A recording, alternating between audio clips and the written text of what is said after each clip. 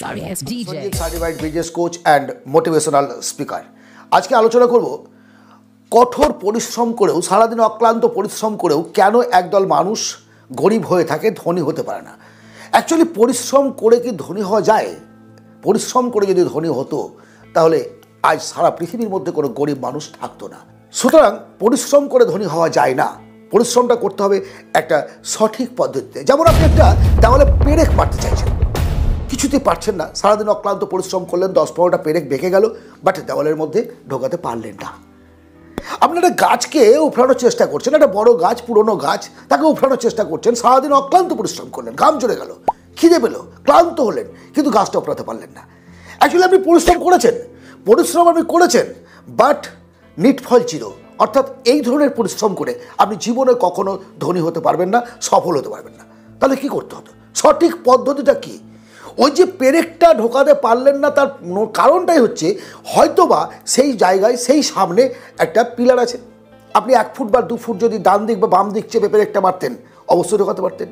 অত বড় গাছটা উপড়ে ফেলা একটা মানুষের দ্বারা সম্ভব নয়। সো ওখানে ইন্টেলিজেন্সি প্রয়োগ করে যদি করাত বা কোড়াল ব্যবহার করতেন, তাহলে নিশ্চয়ই গাছটা কাটতে পারতেন।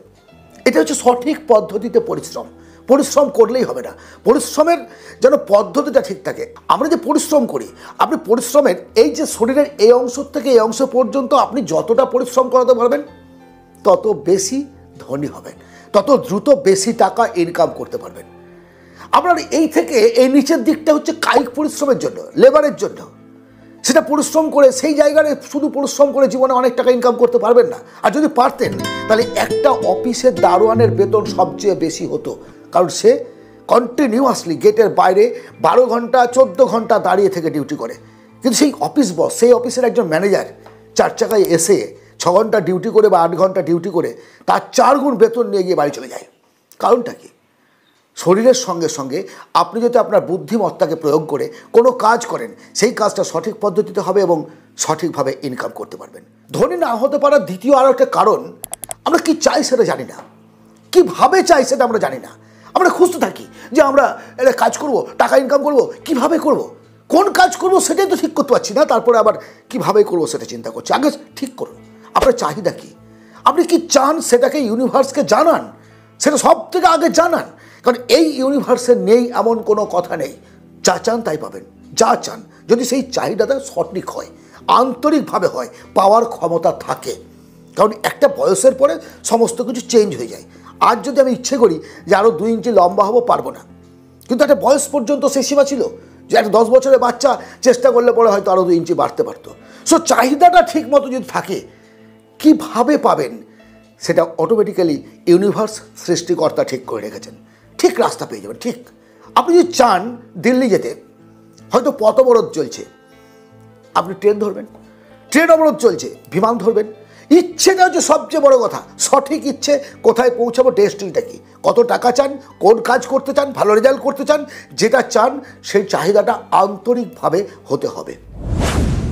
ধনী হতে না পারার আরও উল্লেখযোগ্য একটা কারণ হচ্ছে আমরা নিজের চেহারার প্রতি এতটাই খারাপ চিন্তা ভাবনা করি যে আমার দ্বারা কিছু হবে না, এটা পেয়ে বসি। কারণ দেখুন, আমরা আমাদের নিজের রূপ, চেহারা এগুলো ঠিক করে নিই, সৃষ্টিকর্তা ঠিক করেছেন।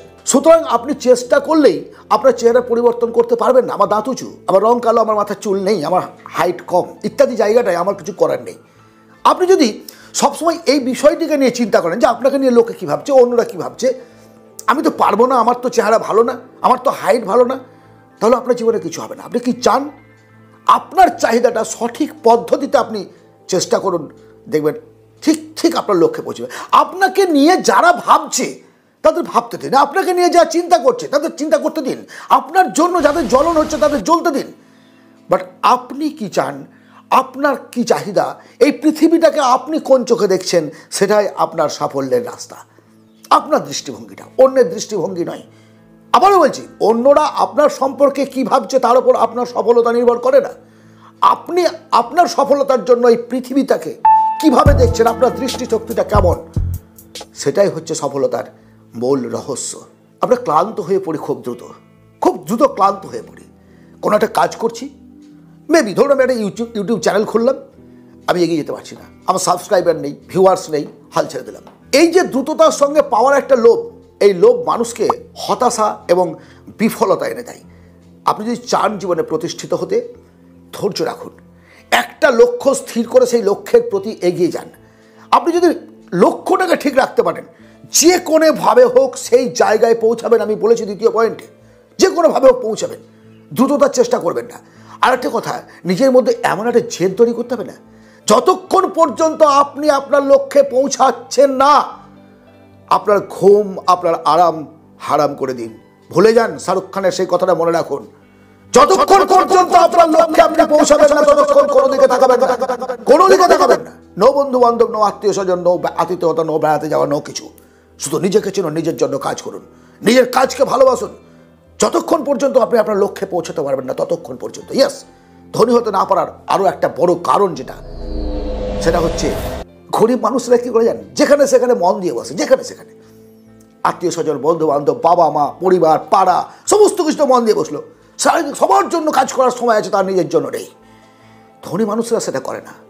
ধনী মানুষরা প্রথমে ভালোবাসে তার কাজকে। ইয়েস, সফল মানুষেরা প্রথমে ভালোবাসে তার কাজকে।